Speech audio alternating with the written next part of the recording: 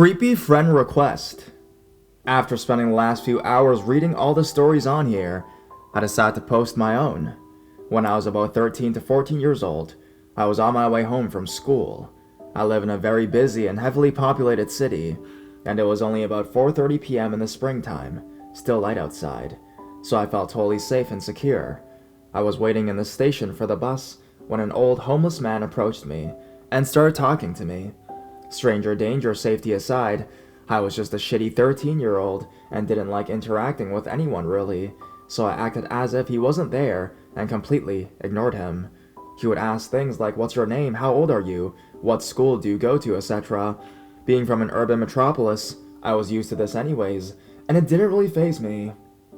A day later, I had a friend request on Facebook, and I went to see who it was, and to my horror, it was him. I remember that his profile picture was of him wearing the exact same outfit he had worn when he approached me.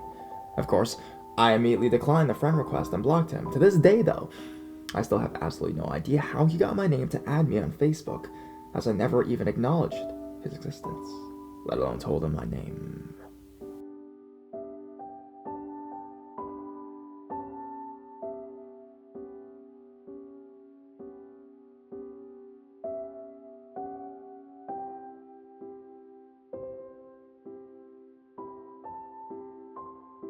Childhood social media stalker. So when I was fairly young, around 10 years old, my dad was going to throw out our dinosaur age computer after he'd gotten a new one. I begged to have it because, that's a lot of independence for a 10-year-old. I eventually got my first email account and would email my friends back and forth. It was sort of our group messaging system for the early 2000s. Anyways, I started getting emails from this guy that I never met. His name was Max. Max would always email me several times a week, asking me questions about myself. My parents had always taught me about stranger danger, so I gave him as little information as possible. But having a cool pen pal my age seemed fun, until he kept asking more personal things, where I lived, my family members, names, etc. I told my parents about it, and they ended up blocking him for me. I never heard from Max again, until I got a Facebook about 5 years later. It had only been days after I had made my profile when I got a new friend request. It was Max. I was scared shitless. Who would wait 5 years and friend someone so quickly? He had to have been searching for me, or else how did he find my Facebook so fast? It didn't make any sense. So I clicked on his profile, and his profile picture was a blurred face in a poorly lit room. He only had 4 friends. I immediately deleted his request and blocked Max from my Facebook. It's been a couple years. I haven't heard from him since. So Max, that's not me.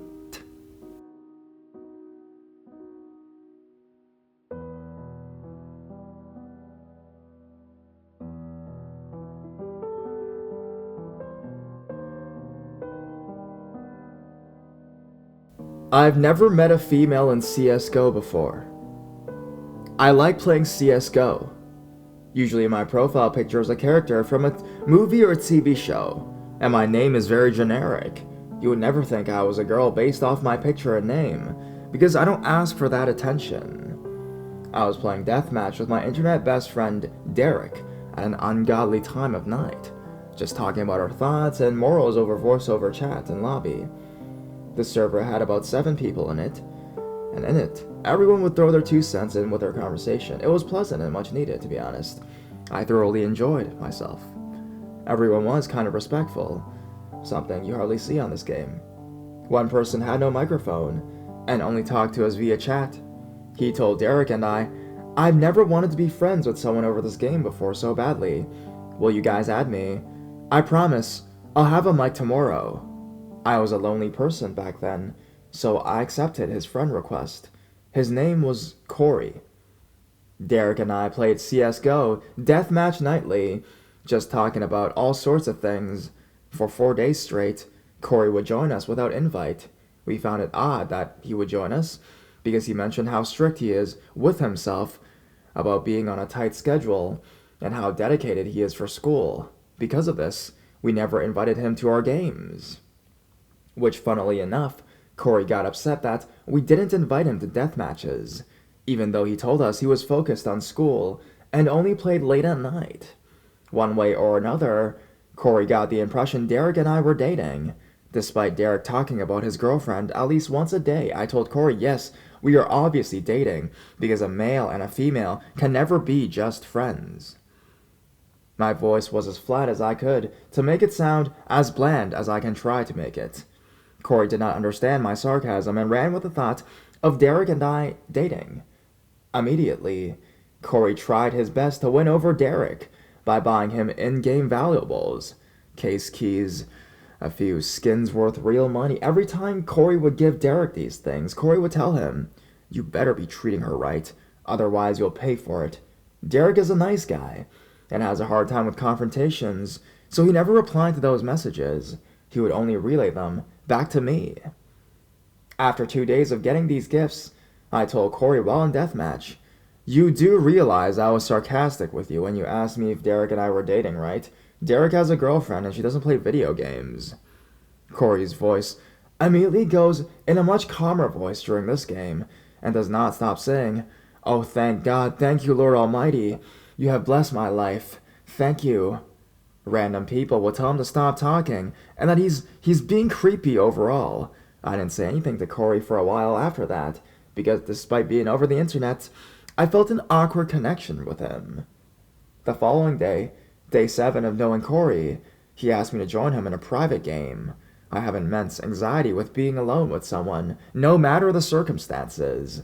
I simply tell Cory, "No thank you, but thanks for the offer." Cory tries to call me over voice, and I get a weird, nervous feeling. I knew something was odd about this random voice call request. I check on his profile, and he edited his entire profile to fit a 2008 emo MySpace account. He changed his picture from Harambe to rain on a window, and his bio went from "I inject memes for Harambe" to "My life is meaningless without her." This was one of the most bizarre things I saw unfold in front of me over a video game. He explained to me that he wanted to play a private game with just me, so he could plan a meetup with me and go get some coffee.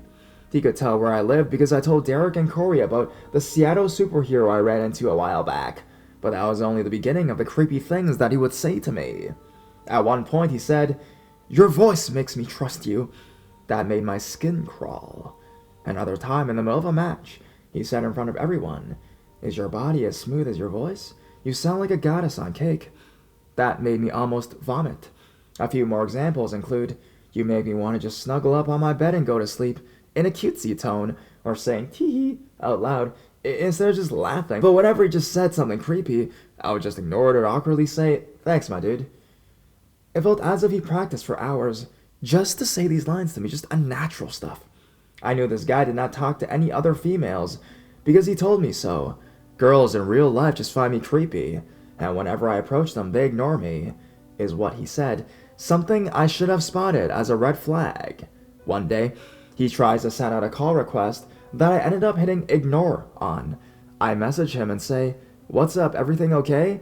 He only replies with, "Not even close." I had no idea what to respond with, so I just waited for a follow-up message. 10 minutes passed, and he spams me with personal questions. What kind of males are you into? Do you only date tall, skinny men? Do you care what other people think? I oddly felt guilty and felt obligated to reply with honest answers. I tell him, I care to an extent what people look like, as long as they take care of themselves.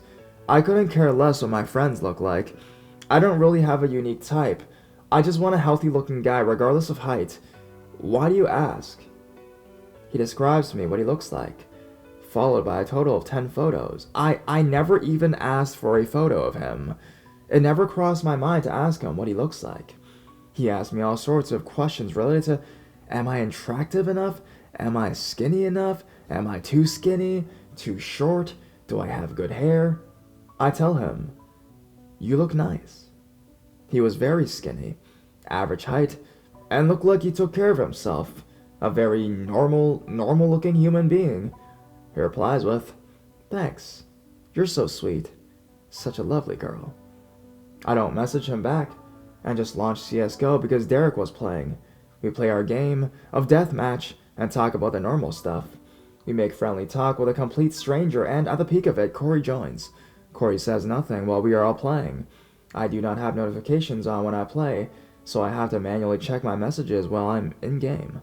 During map change, I realize I got flooded by Cory asking, "Do you find this guy attractive? Does he sound hot to you? Is he funnier than me?"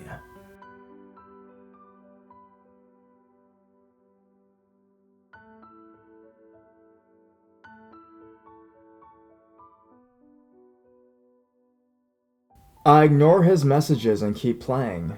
I did not want to deal with that from him. I only knew him for 2 weeks at this point.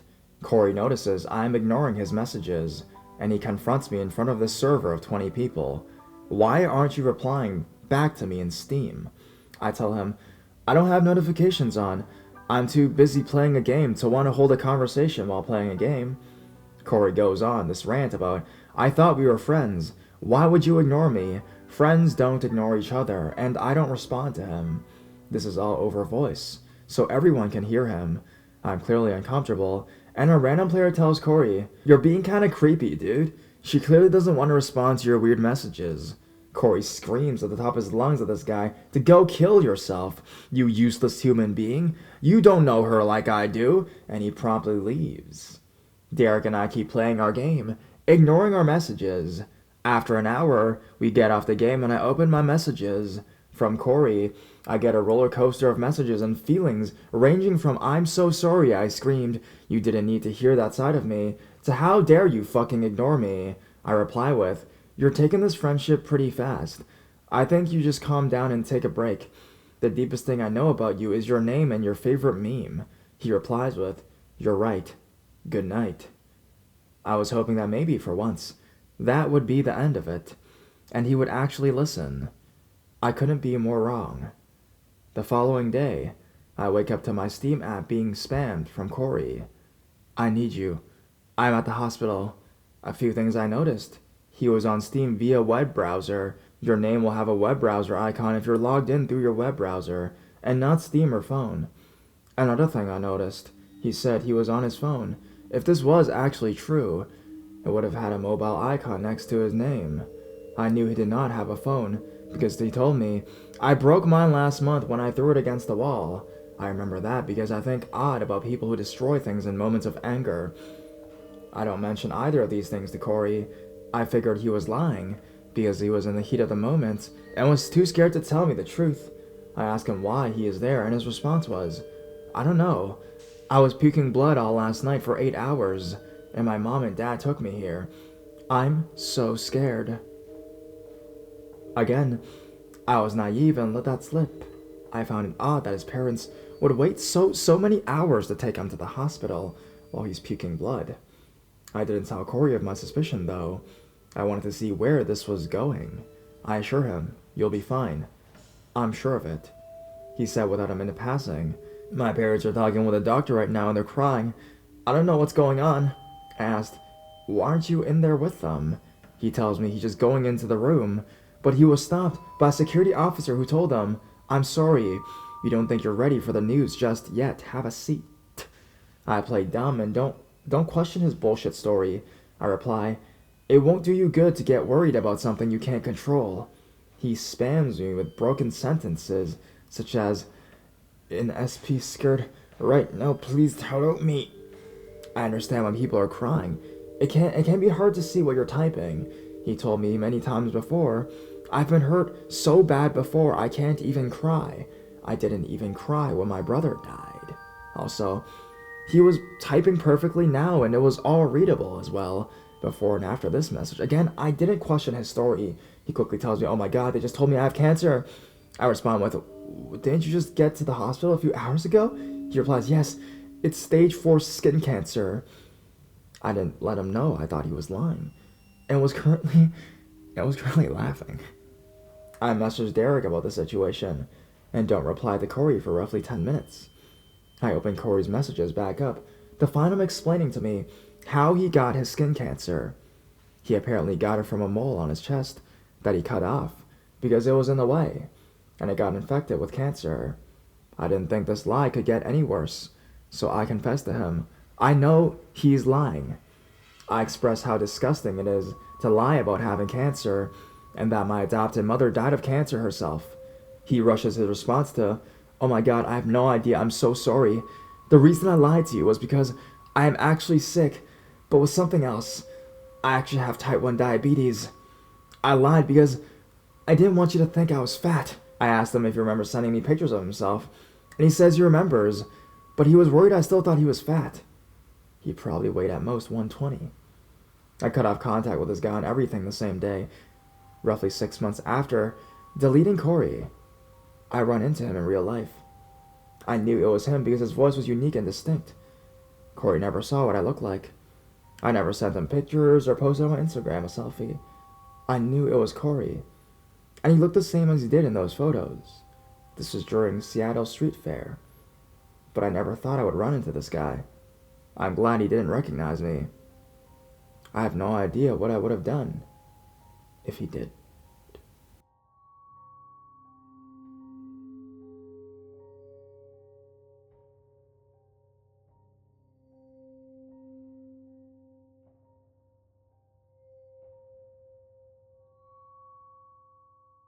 Can we be friends? I don't know why I'm sharing this here, but I need to share this story detailing my experiences with the strangest person I have ever met in my life. It all began last semester, my first year as a freshman at a community college. My plan was to attend this school for 2 years, then transfer to a state school, because it would be far less expensive. I expected everything to go pretty smoothly. I would study hard, do my work, and get a good GPA to transfer into a 4-year school. However, this simple process would be changed forever one day. It was the second week of school, and I'm sitting in a building lobby, waiting for my next class to begin. While I'm waiting, someone sits in the chair to the right of me. There is a table in between us. He's short, glasses, and is wearing a hat. Nothing out of the ordinary. After he sits down, I notice that this person is handing his phone to me across the table. I remember being weirded out. However, I grabbed his phone and it said, "Do you want to be friends?" I was even more weirded out. I've never had an experience like this before. I wrote yes back to him awkwardly and gave him a forced smile, even though I wasn't really looking for any friends at the time. Not to mention, this interaction made me want to run away from this person. So we exchanged numbers and we introduce ourselves. Keep in mind, this is through text. He tells me that he has vocal issues, vocal paralysis to be exact, so he can't talk like most of us can, and when he does, his voice is hoarse, breathy, and damn near unintelligible. Think Christian Bale's Batman voice, but breathier and way more hoarse. So he has to text. I tell him that I'm 18 years old, and he tells me that he is 27 and a returning student at the school. We begin to have a very brief discussion on our classes in the school. I begin to calm down. However, things take a turn for the bizarre very shortly. After what seems like forced small talk, he asked me what my opinion on hypnosis is. Confused, I told him I found it interesting. He then asked me if I would follow his finger with my eyes until he snapped his fingers. I obliged, but I felt very uncomfortable. He then asked me if I could close my eyes for him. This is where it gets even more bizarre. When I close my eyes for him, he explains that he likes to stare at my face for a few seconds. I oblige as well. At this point, I'm feeling pretty freaked out, because this person is asking me the weirdest things I've ever heard in my life, and I've only known him for like 15 minutes or something like that. It's at this point where I decide to leave and go to my class early to get away from him, because I felt pretty scared, because I had no idea how to deal with this. After class, I go to a library to get some online work done. While I'm there, he texts me, "You looked scared earlier." I lied and told him I wasn't, because I didn't want to hurt his feelings, because this guy has quite a few serious issues, no doubt. A little time passes, and I look around the library, only to see him standing behind me a few feet away. My heart drops, and I become scared again, because I don't want any more contact with him, because he made me feel so uncomfortable. He sits right next to me and turns his chair to the point where he is facing my side. Can he tell I'm working? I remember thinking to myself. Then comes the question that terrified me. he now casually asks me, "Can I smell your neck?" I become creeped out beyond belief and tell him no right in the silence of the library. He then gets a worried look on his face, grabs my phone and proceeds to delete our text conversations completely. He hands me back my phone, grabs his stuff, and then walks away, leaving me freaked out.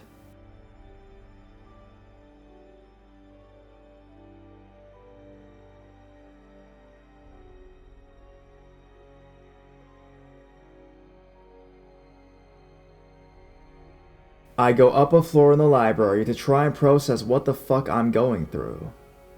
I wrestle with thoughts, just as am I going to just keep dealing with him? Is he special needs, a bad homeschool case, etc.? The way he is behaving is completely bizarre and socially unacceptable. This is my second week at school, and I'm finally getting into my routine, and then I have to deal with this. At the time, his behavior was utterly incomprehensible to me. His weirdness baffles the mind. Some time passes and he texts me again. Oh, here we go again, I remember thinking. This time, however, he asked me if I know a pair of twins from my hometown. I become intrigued by this and tell that I do, and that I graduated high school with them, and then ask him why he asked this. While I await his answer, I go on Facebook, only to find out he has already found me and sent me a friend request. My heart drops yet again. I'm mutual friends with his cousins, so that I explain why he asked. He then tells me that I looked scared in the library early that day. This time I don't lie and tell him that I was. I told him that he shouldn't say and do these weird things to people he had just met. He agrees and says okay, but they don't end. Not at all. He somehow manages to get even weirder. Let me tell you more about his texting mannerisms. First off, if I don't immediately respond to one of Sammy's texts, he messages my inbox every few minutes with things like, "You there? Please respond. Please don't ignore me," etc. He does this while I'm driving and out doing errands. I've told him multiple times to stop doing this, but he doesn't, even after he says he will. He apologizes all the time for his weird actions, but never actually lives up to apology, if you know what I mean. He also likes to FaceTime whether you like it or not, meaning even after I tell him I don't want to or can't FaceTime, he'll do it anyways. One time I was out driving and he FaceTimed me like 3 times. This can get very annoying. When we meet at school, he keeps asking me to close my eyes so he can stare at me. One time when I had my eyes closed, I opened them to find him leaning over my chair and smelling my neck. I freaked out and left right after that. I had a feeling he was going to do this because he told me he's done this to other people before. Before he smelled my neck, I told him that I had to go to class. However, he started frantically asking me to stay just a little bit longer. I closed my eyes for him, and that's when he smelled me. The reason he wanted to stay longer was that so he could smell my neck again. That's why he was frantic. He was afraid he was going to lose his opportunity to smell my neck. Never mind, I made it clear the first day we met that this was unacceptable. His creepy drive to get what he wants is the scariest thing about him. I called him out on this, and he apologized for smelling me, but I don't really believe his apologies. He also tried to convince me to let me be hypnotized by him. I constantly told him no, and sometimes we get pushy and upset. He finally relented. He's also asked me if I can introduce him to my friends and my brothers. I tell him no because I know he is only going to inflict his weird behavior on them. I'll be damned if he starts asking my brothers if he could smell them. I will not tolerate that even for a second. One time he found my brothers on Facebook and told me he wanted to friend them. He singled out one of my brothers whom he called handsome and told me he really wanted to become friends with him. I told him sternly to stop. I did not want a 27-year-old creeping on my 19-year-old brother. I'm 19 as well current, but I'm not having him creep on my family. He also likes to ask me if we're becoming best friends, which further demonstrates his lack of social skills. The status of best friends is something that just happens. You don't talk about it. He doesn't understand social cues and unspoken social rules. I'm not the only person he does this stuff to. He tells me he likes to hypnotize other people and smell them as well while they're hypnotized. He, oddly enough, does this stuff only to guys, not girls. Yes, I'm a guy, by the way. One time, he told me he likes to smell the inside of people's mouths when they're hypnotized. The fact that he does this to other people makes it look like he's only using people to satisfy his weird desires, given that he likes to go up to complete strangers and ask them really bizarre things. This is further proven by the fact that what he likes to talk about the most, and that he gets angry or upset if you tell him that you don't want to do what he says. Over time, over winter break, he asked me to play Simon Says with him over text. Keep in mind, we're both in our houses, miles apart, and he is asking me to play this with him, like I'm in the room with him. Never mind, he's 27, and wants to play Simon Says. He asked me weird things, like to lay down on the floor with my pillow, and even to act like a robot. I wasn't doing any of it, of course, but I was playing along, just to see where it would progress. Through the months, I continued to do the eyes closed for him. One day I decided to stop, because I found it too weird. He got mad and told me to reconsider. I told him no, because I get nothing out of it. And then he says that I do, because it makes him happy, and that I should want him to be happy as his friend. This is the equivalent of, if you love me, you would do this. And this is the biggest sign that you're dealing with a manipulator. After this, I got tired of dealing with him, and I blocked him. However, I felt bad because he's probably autistic. The reason I think so is because he told me he was born 27 weeks premature. Shocked, I ran to Google because I thought there has to be some medical complications to being born that early. Sure enough, I was correct. People born that early are at a higher risk of developing autism and other mental conditions. I then unblocked him because I felt bad. However, I also felt that I couldn't keep talking to someone who was crossing my boundaries. So I went to an autism Asperger's forum to get advice. I explained the situation to them, and they were shocked by his behavior. They told me to get away from him, and that he isn't entitled to friendship just because he's likely on the spectrum. Keep in mind, people on the spectrum are telling me this. Even they were telling me to get away from him, and to give him no more chances. They all told me I wasn't a bad person, which is something I was worried about pretty badly. I then blocked him for a good month or two ago. I couldn't keep dealing with him. It was too much of a strain on my mind, and was stressing me out. I told some of my friends about him, and they agreed with me. They told me I should have stopped interacting with him much sooner. I wish him the best, but I can't let him continue to be a part of my life. I'm posting this here because I need to vent about him. I still think about him a lot because I can't stop thinking about how weird his actions were. I suppose I feel bad, but for him, not my actions. I can't keep forcing myself to interact with him. It was unhealthy.